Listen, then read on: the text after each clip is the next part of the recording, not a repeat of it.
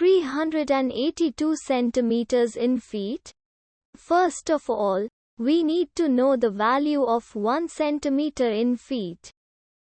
It's always 1 centimeter equals 0.03280839895 feet. Now we have to multiply 0.03280839895 by 382. Therefore, 382 centimeters times 0.03280839895 feet equals 12.53280839899 feet. So, in other words, 382 centimeters equals 12.53280839899 feet.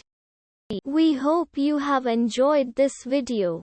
Please like and subscribe to our channel for more videos like this.